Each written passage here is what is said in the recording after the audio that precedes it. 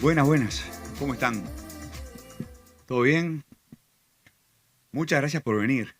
Pensábamos que íbamos a estar mano a mano acá con Fernanda y alguna esposa. Che, no, de verdad, muchas gracias por venir y muchas gracias al departamento, a la Dirección de Cultura de acá de la Intendencia de Maldonado. Eh, es un honor estar en esta casa y es un placer compartir este momento con ustedes de esta nueva presentación del libro. Este libro se publicó en julio del año pasado y es el resultado de un año y medio o algo así de trabajo. Ahora le voy a pasar la palabra a mi colega y amiga Fernanda Boidi para que les cuente también cómo fue que fuimos armando esta publicación y qué sentido tiene. Yo después quisiera decir, después que Fernanda les cuente el origen del libro, quisiera decir algo sobre si me permiten ser un poco exagerado, por una vez, sobre la filosofía que lo inspira, ¿no? Sobre bueno, ¿por qué el subtítulo del libro es Conversatorios de la máquina de aprender? ¿Qué es esto de la máquina de aprender? ¿Y qué sentido tiene que una democracia aprenda? ¿Cómo puede aprender una democracia? ¿Y por qué tendría que aprender la democracia uruguaya? Que probablemente sea la mejorcita de la región. Fernanda dice unas palabras, yo digo unas palabras, y después les vamos a pedir a ustedes, a ustedes, a los que tengan ganas, no es obligatorio, pero si tienen ganas de hablar sobre los desafíos que ustedes encuentran en nuestra democracia, en nuestro sistema democrático, las virtudes, los defectos que tiene, se viene un año de esos, de película, ¿no? Se viene un año muy, muy interesante, apasionante políticamente, pero donde también hay riesgos. Hay riesgo que la gente se pelee. Que la gente se pelee por la política. Todavía, Pedro, todavía por fútbol, capaz que vale la pena pelearse. Allá tenemos un brasilero, profesor, Pedro Dalari, es un distinguidísimo profesor de la Universidad de San Pablo, de Instituto de Relaciones Internacionales. También tenemos a José Garchito Arena. Gracias, José, por acompañar una vez más. Vos ya sabés, mi viejo te quería mucho, y siempre te lo agradeceré. José es una persona muy conocida, Partido Colorado, integrante de la Corte Electoral. Queremos que hablen, que cuenten cómo están viendo ustedes nuestra democracia, si viene un año difícil, un año desafiante. Fernanda, les contamos, ¿qué te parece? Les contamos, cómo no. Bueno, buenas tardes. Muchas gracias a todos por acompañarnos. Lo presentamos en julio por primera vez este libro y hoy vamos a tener una temperatura más o menos parecida, como pinta. Tenemos que hablar rápido. Así es. La verdad que es un gusto estar acá y es un gusto tener esta nueva oportunidad de compartir este mojón, si se quiere, porque no es otra cosa que un mojón en un proyecto que es un poco más grande, un poco más ambicioso, ahora les contaremos, de la máquina de aprender. Y esto nació, como les decía Fito, hace ya casi un par de años, cuando, con el apoyo de la Fundación Konrad Adenauer, Fito me convoca a hagamos esto que es muy importante, porque estamos, no solo nosotros, toda la academia coincide en que la democracia uruguaya es una de las mejores de la región, la mejor de la región, está entre las mejores del mundo, bajo cualquier indicador, ¿sí? Bajo los indicadores duros que miden las libertades civiles y los derechos políticos, de acuerdo a los indicadores de apoyo ciudadano a la democracia, de acuerdo a los indicadores de apoyo institucional, digamos, con distintas lupas podemos mirar la calidad de la democracia uruguaya y es muy buena.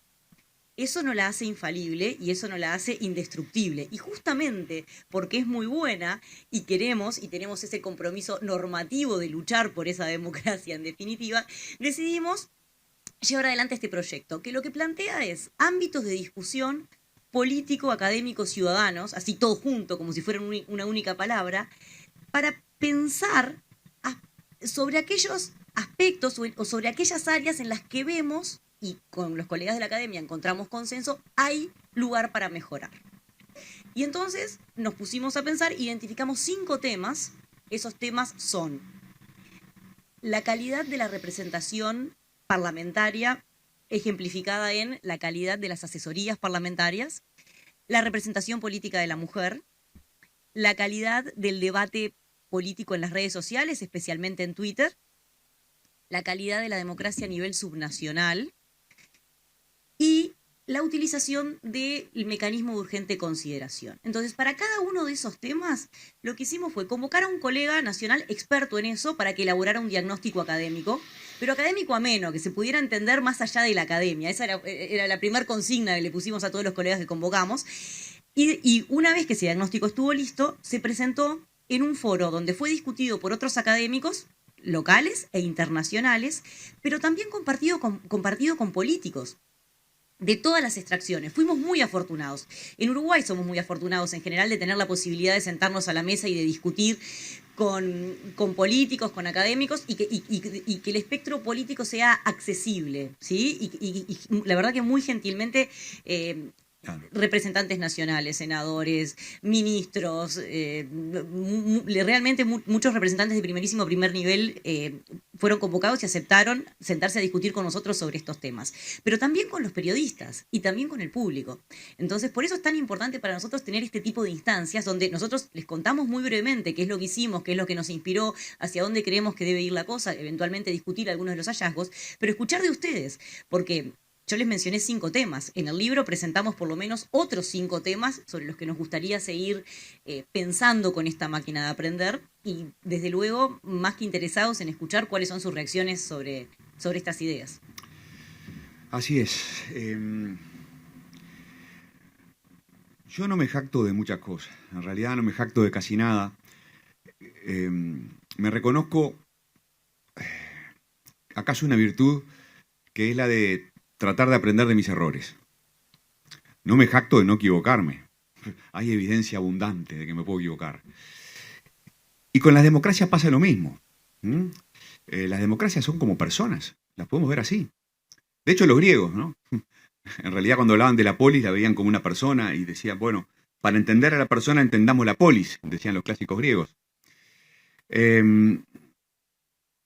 Si las personas podemos aprender y debemos aprender, las democracias también.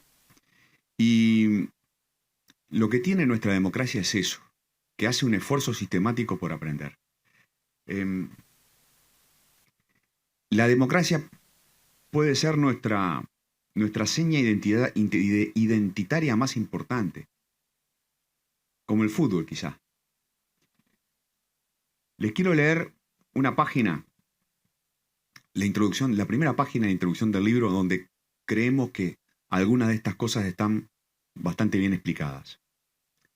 Además van a ver que rápidamente tiene que ver con una película que está sacudiendo el mundo, la película La Sociedad de la Nieve. Porque la democracia tiene que ver también con la tragedia de los Andes. Ocurrió hace medio siglo. El viernes 13 de octubre de 1972, un avión de las Fuerzas Aéreas Uruguayas con destino a Santiago de Chile, en el que viajaba un equipo de rugby del All Christian Club con sus acompañantes, se estrelló en la cordillera de los Andes.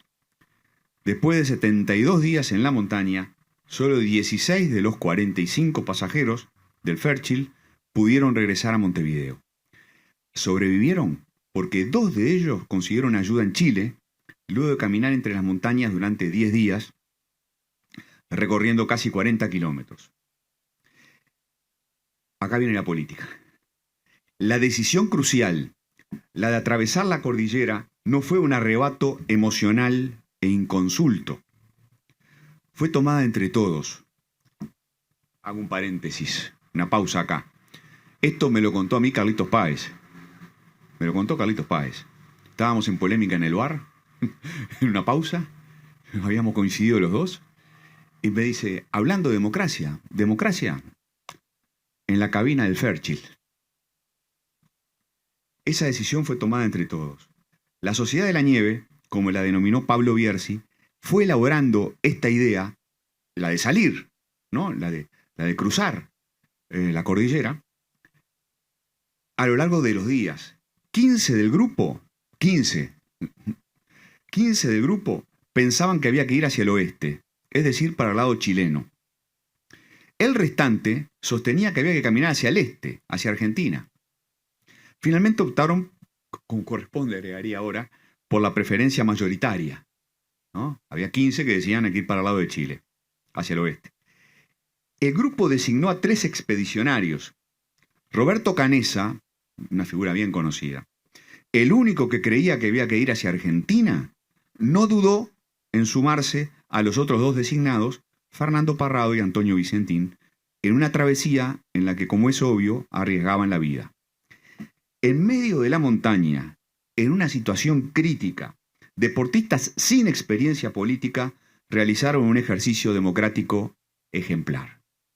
Discutieron, decidieron por mayoría y la minoría acompañó, Roberto Canessa. Yo le pregunté a Carlitos Páez, che, ¿votaron? ¿Levantaron la mano? No, no es que hayan levantado la mano, pero sí estaban discutiendo día tras día. No es que un caudillo golpeó la mesa y dijo, vamos para allá. No fue así. Fue discutiendo, deliberando entre todos. La dimensión política de este drama ha sido relativamente poco enfatizada, pero es un claro ejemplo de la importancia de la democracia en la identidad nacional. Circula por las venas, se enseña en las escuelas y se practica en cada rincón del país, desde los equipos de baby fútbol hasta las facultades. Hago otra pausa acá. La Universidad de la República, que es mi casa, donde trabajo hace 26 años, algo así, podrá tener muchos defectos como cualquier institución, pero tiene una cosa fantástica, que es una pequeña república. Todo el mundo participa, votan los estudiantes, votan los egresados, votan los profes.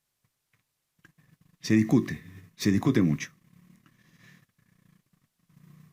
La democracia nos une, nos liga, nos religa. Es probablemente nuestro entendimiento compartido más intenso, una auténtica religión política. Y acá viene la parte del aprendizaje. Desde 1830 en adelante, los problemas y desafíos de la democracia uruguaya forman parte del debate público. No ha habido una sola generación política e intelectual en la historia de nuestro país que no se haya hecho la pregunta respecto a los defectos de nuestras prácticas e instituciones democráticas. Ni una. Todo el tiempo. 200 años discutiendo. Así somos nosotros. Pedro, te miro. Te miro como brasilero y pienso, en Brasil han discutido mucho también, pero tengo toda la impresión que han discutido más a lo largo de 200 años sobre cómo ser una potencia. Cómo ser una potencia. Y capaz que han discutido menos sobre cómo ser una república. Nosotros, como no podemos ser potencia, ¿no? Capaz que nos propusimos una meta que parece más simple, pero que es bastante más difícil. Yo creo que es más difícil construir democracia que construir desarrollo. Creo que es más difícil. Es más, pienso que la humanidad aprendió más rápido a fabricar riqueza que a fabricar libertad. En fin, nosotros llevamos 200 años discutiendo. A veces mejor, a veces peor. A veces aprendemos por las buenas, otras veces, desgraciadamente, por las malas. Y ya saben de qué estoy hablando. La dictadura, que fue una tragedia, nos obligó a aprender a todos muchísimo. Es por eso, porque nos esforzamos por aprender, en última instancia, que la democracia uruguaya ha logrado prosperar en el continente de las dictaduras. Hemos logrado construir unas pocas democracias dignas de ese nombre, porque desde la primera hora hicimos un esfuerzo sistemático por corregir nuestras prácticas y mejorar nuestras instituciones. Hemos tenido en el siglo XIX niveles muy altos de inestabilidad institucional y violencia política. El siglo XIX, la tierra purpúrea, escribió Hudson. No eran batallas en las redes sociales, eran batallas en las praderas, ¿no? Regábamos de sangre el pasto verde de nuestras praderas. El siglo XIX fue terrible. La violencia menguó en el siglo XX, pero no desapareció completamente. desde la restauración de la democracia en 1985, estamos viviendo el ciclo más extenso de estabilidad institucional que registra nuestra breve historia. Los tres principales partidos se alternaron en el poder, pero, la evidencia comparada y nuestra propia historia enseñan que solamente seguirá respirando si es capaz de mirarse en el espejo, descubrir sus fallas y repararlas. Esa es la obsesión de este libro. Hace un rato recordaba a mi padre y hablando sobre los años 60, los años 70, lo que me decía mi padre y lo que decía mi madre, lo que decían los que habían vivido en ese entonces, es que no soñaban con que en Uruguay pudiera haber una dictadura. Era inimaginable que pudiera haber un golpe de Estado en Uruguay en 1970, 1971. Y ocurrió. Entonces, si tenemos un poco de memoria y si tenemos mucha responsabilidad ciudadana, cívica, tenemos que estar todo el tiempo pensando dónde están los problemas, dónde están las fallas y sobre todo encontrar la manera de hablar bien de esto. Es como al fin de cuentas la polis, la comunidad de práctica democrática, como le decimos en términos teóricos, el sistema político uruguayo, nuestra democracia, al fin de cuentas, es como una familia. Podemos hablar bien de las cosas o podemos hablar mal, pero hay que hablar. Y nosotros proponemos acá hablar de problemas y propusimos una tecnología para hablar bien, que era la que explicaba Fernanda. Vamos a consultar a académicos, qué opinión tienen, y vamos a reunirlos con políticos, porque la historia del Uruguay es esa. Es la historia de políticos, por supuesto, pero es la historia de ciudadanos y de intelectuales y de periodistas y de gente, organizaciones preocupadas, charlando, discutiendo, como los dos gauchitos. Viene el show de... Esta es una parte muy importante, ustedes tienen que decir qué buena idea que tuve, ¿no? Los dos gauchitos discutiendo. Es esto es lo que no nos puede faltar. Lo que nos sobra, todavía nos sobran enojos, ¿no? Nos siguen sobrando enojos, El otro día el presidente hablaba de los modales. Nos faltan modales para discutir. Hablando de dichos, ¿no? Aquello de lo cortés no quita lo valiente. Podemos hablar de los problemas que tenemos, de problemas difíciles que tenemos, sin pelearnos capaz, ¿no? Y capaz que tenemos que volver a aprender que las diferencias ideológicas son absolutamente inevitables, plenamente legítimas, y yo agregaría, bienvenidas. No hay nada más natural que pensar distinto. Nada más natural que tener diferencias. En fin, a veces creo que lo perdemos de vista y se instala un clima a veces, sobre todo en las redes sociales, pero no solo en las redes sociales, en demasiados lugares, en demasiadas partes, en demasiados rincones de nuestra sociedad, un clima de enojo, de discusión y de falta de respeto. Fernanda, no sé si querés agregar algo sobre la filosofía del asunto. ¿Qué proponés? Como verán, planificamos poco. Sí.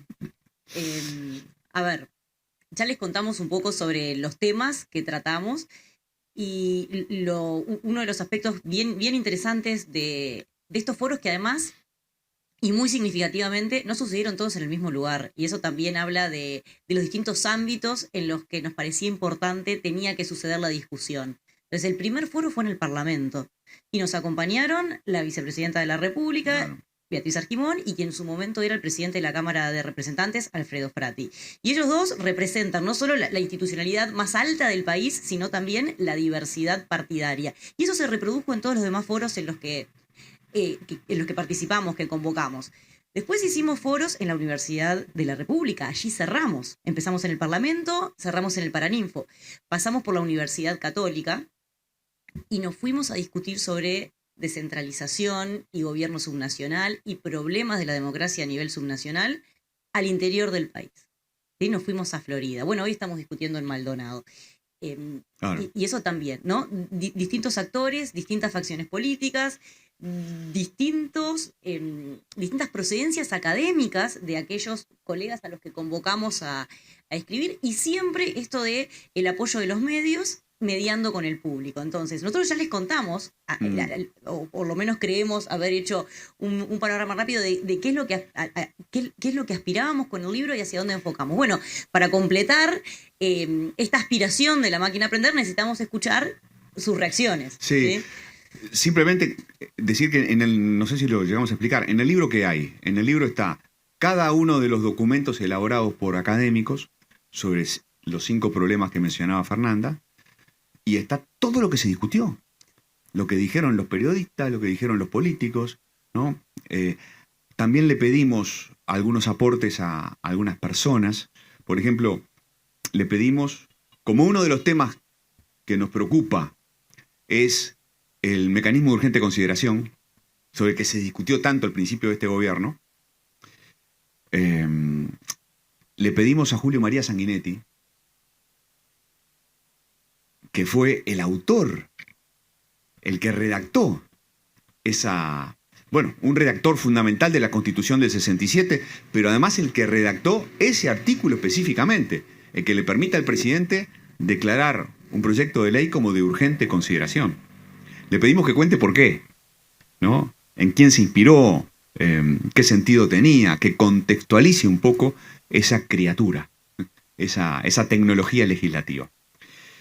Entonces en el libro hay aportes que no estaban previstos inicialmente en los foros, además de todo lo dicho en cada uno de estos foros.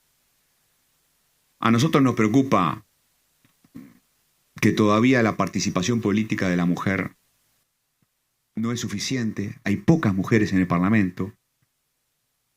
Están empezando a ver mujeres candidatas a la presidencia. Consideramos que eso es bueno, que enriquece la política, que la mejora. Nos preocupa mucho también, quizás no mencione todos los temas, nos preocupa mucho que no se instale como práctica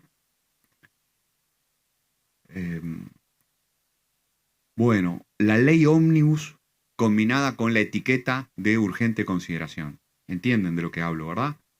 Es decir, este gobierno, el presidente de la República, lo había anunciado durante la campaña electoral y después lo hizo.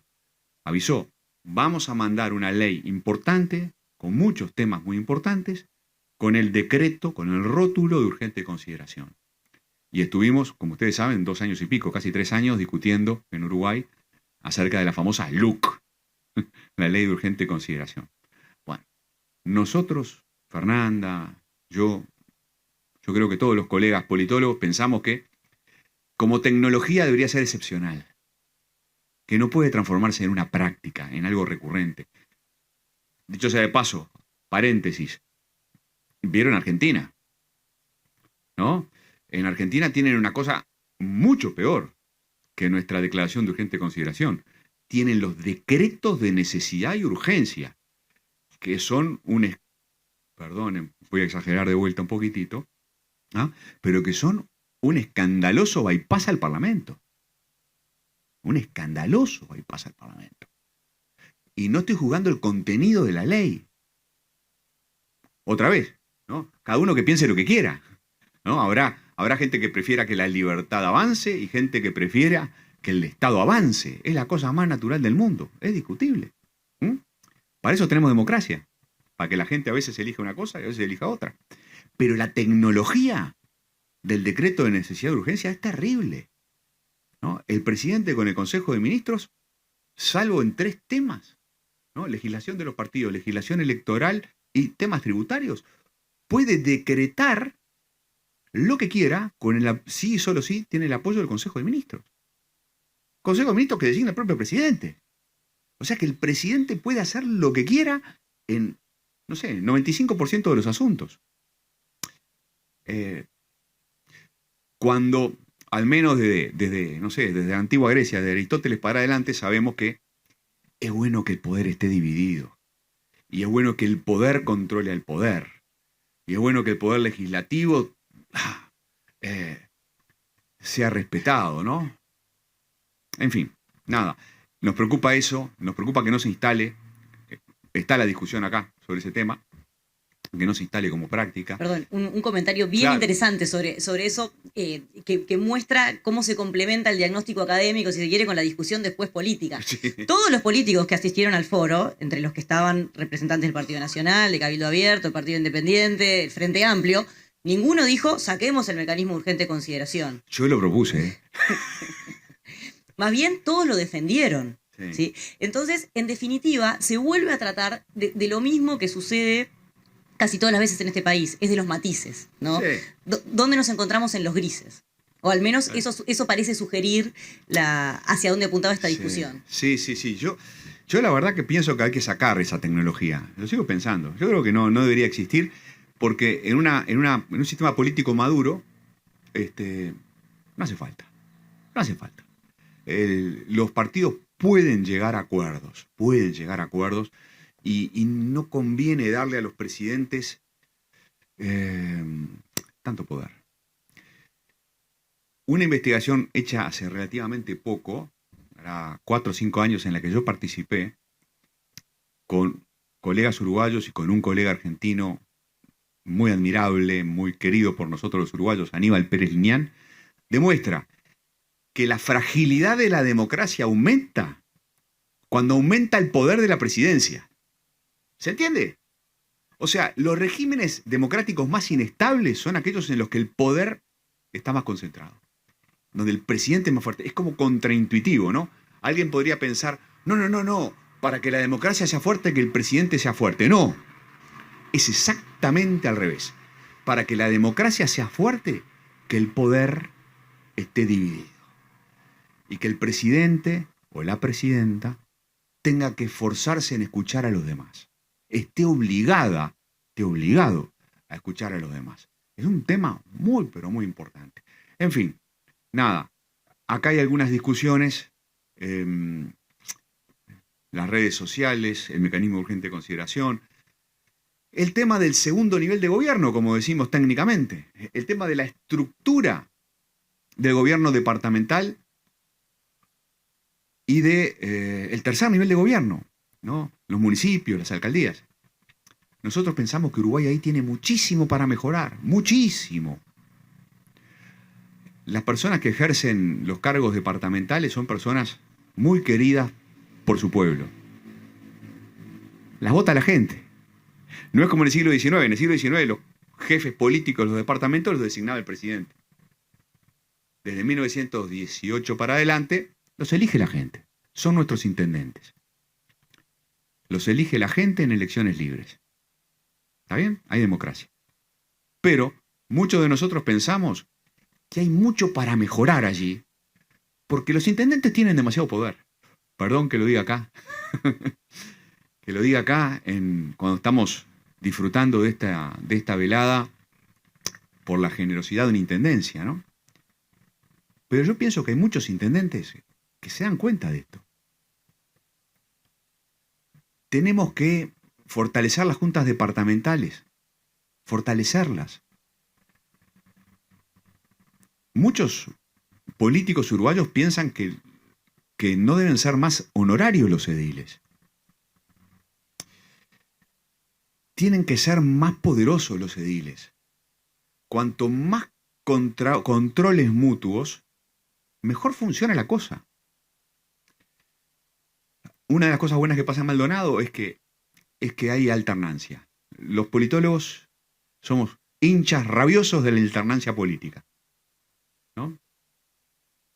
Es decir, nos gusta que los partidos que están en el gobierno pierdan las elecciones, nos gusta que la oposición gane, y no nos importa mucho, ¿no?, quién está en el gobierno y quién está en la oposición, porque lo que hace fuerte a la democracia es la alternancia. Y en las intendencias a nivel nacional pasa. Han gobernado los 3 partidos sin ningún drama. Tiene que haber más alternancia en los departamentos. Nadie gobierna mejor que cuando sabe que puede perder la elección. El mejor gobernante dice que está asustado, ¿no? Pobre, es difícil gobernar, ¿no? Y encima uno les arroja esta maldición, ¿no? La maldición del miedo. Pero de verdad, a nosotros, a la ciudadanía, nos conviene que haya competencia, que la competencia sea de verdad y que haya incertidumbre. Porque entonces van a dejar, como decía Jorge Valle, van a dejar el alma en la cancha. Van a dejar el alma en la cancha sirviéndonos a nosotros. En fin, hay mucho para hablar y mucho para corregir, pero cumplamos con nuestra promesa, hablando de democracia, cumplamos con nuestra promesa de abrir el micrófono.